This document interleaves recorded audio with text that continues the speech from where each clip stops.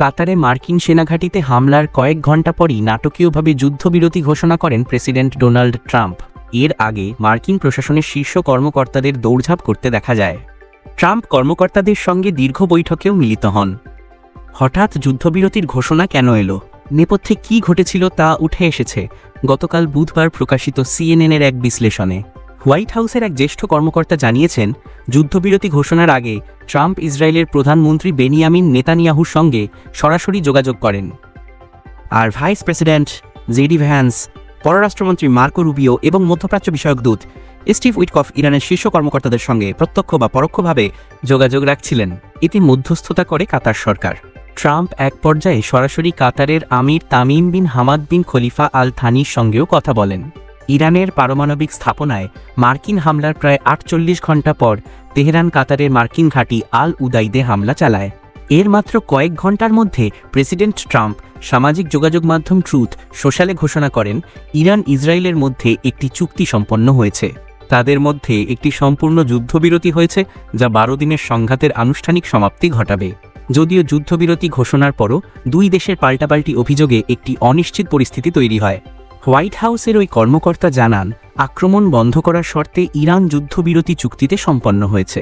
Trump কাতারের আমিরকে বলেন, যুক্তরাষ্ট্র ইসরায়েলকে যুদ্ধবিরতিতে রাজি করতে সক্ষম হয়েছে। তিনি ইরানকে রাজি করাতে কাতারের আমিরকে সহযোগিতার অনুরোধ করেন।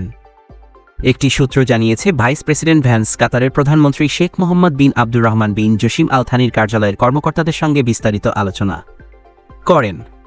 আল থানির সঙ্গে কথা বলার পর ইরান যুদ্ধবিরতি প্রস্তাবে সম্মত হয়। ওই কর্মকর্তা বলেন, কাতারের আমিরের সঙ্গেও ইরান একাধিকবার ফোনালাপ করে, যা যুদ্ধবিরতি ত্বরান্বিত করে।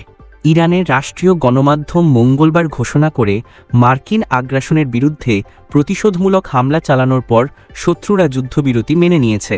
পরে ইরানের পররাষ্ট্রমন্ত্রী আব্বাস আরাগচি নিজ দেশের সশস্ত্র বাহিনীকে ধন্যবাদ জানান। তিনি বলেন, ইসরায়েলের বিরুদ্ধে সামরিক অভিযান শেষ মুহূর্ত পর্যন্ত অব্যাহত ছিল।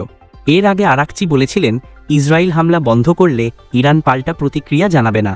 গত সোমবার রাতে ট্রাম্প দাবি করেন, যুদ্ধবিরতির জন্য ইসরায়েল ও ইরান তার সঙ্গে যোগাযোগ করে। যুদ্ধবিরতি চুক্তি ঘোষণার কয়েক ঘণ্টা পরেই ট্রাম্প ট্রুথ সোশ্যালে একটি পোস্টে বলেন, দুপক্ষ প্রায় একই সময়ে আমার কাছে এসে বলেছে তারা শান্তি চায়। আমি জানতাম এখনই সময়। বিশ্ব ও মধ্যপ্রাচ্যই আসল বিজয়ী। উভয় দেশই ভবিষ্যতে পরস্পরের প্রতি শান্তি সমৃদ্ধি দেখতে পাবে।